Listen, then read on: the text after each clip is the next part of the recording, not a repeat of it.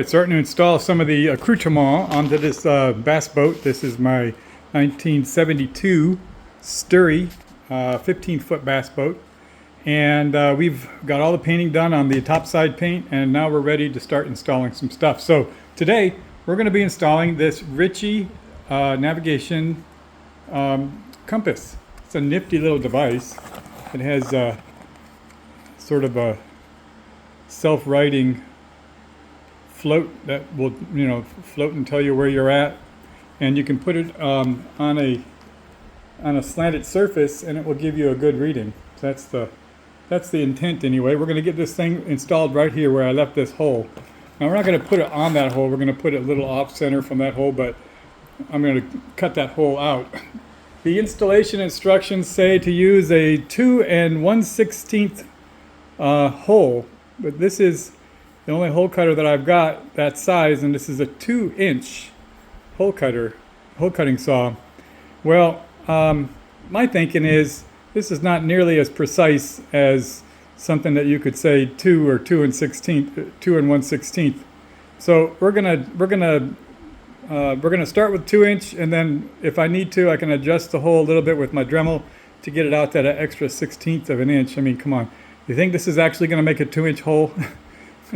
I think it's going to make a 2 1/16 hole. So let's go ahead and get this cut up and go through the process of what it takes to install this thing. I'm not going to do the electrics because we're still working on that.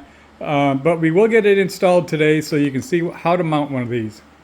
Well, that was a little bit more of a chore than I figured it would be. End up going through paint, primer. Looks like a 1/4 of an inch of fiberglass, and then maybe a solid inch of plywood, and then another maybe 3/8 of fiberglass again. It was very resistant to my drilling, but it did go through. So we'll have to see. It does look like the backside is a pretty clean, flat surface.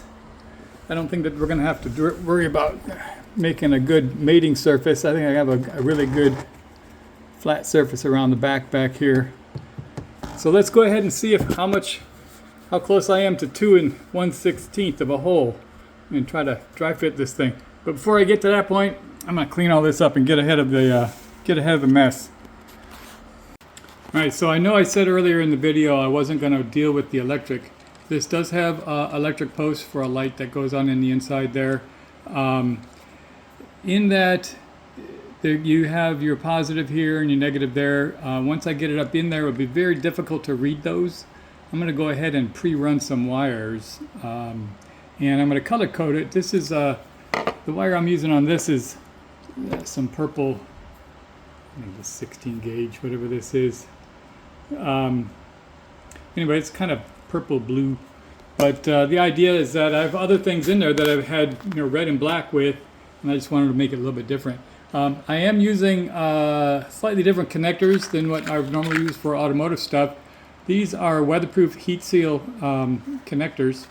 You can see they have a little heat shrink built in right on the crimp, and after you shrink them onto the wire, this is what it looks like right here. You can see they get right down to the wire, and there's no water going to get in there at all. So in that the heat shrink goes all the way up to the edge, you won't have to worry about the crimp having a lot of exposed conductive material. So we're going to go ahead and plug these in ahead of time so that we don't have to worry about what wire goes where later. All right, so installation's pretty straightforward. First you check for interference. You slide the thing there, make sure that it fits without any interference. You want to go ahead and put this into the hole, and from the back side you'll be putting this little rubber bandy thing on the outside of this sleeve. Now if your hole is bigger than it needs to be, they do provide you with a little extra ring to make it so you can use a bigger hole if there's already an existing hole that you're occupying. So that would go, you'd put that on first, slide this thing in.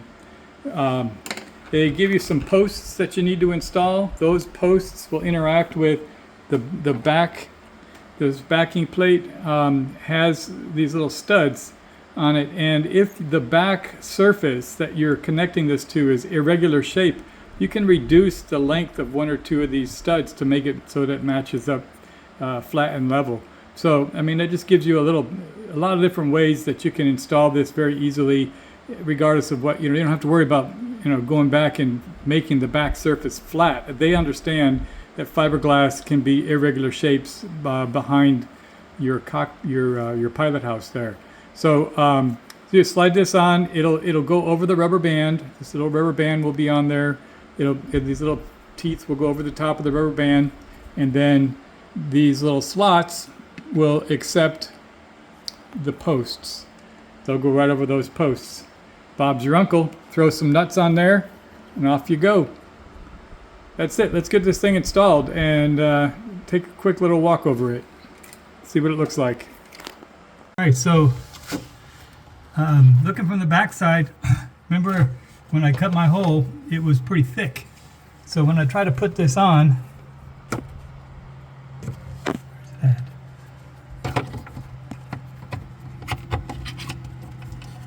See, from the back side, it using those little claws, they're too long, and I can't get the post to get to a point where I can screw it in, right? So I'm gonna have to clip those little claws off on mine to make it so that I can install it directly against the flat part of that apparatus. So let's go ahead and pull this off and hit it with some dikes.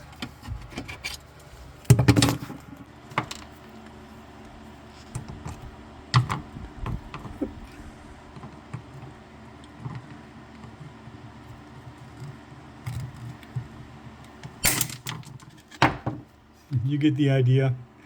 All right, there you go. You can see I got that installed. I took those little fingers off of the mounting bracket. Got the little brass bolts all connected in there. Everything's happy.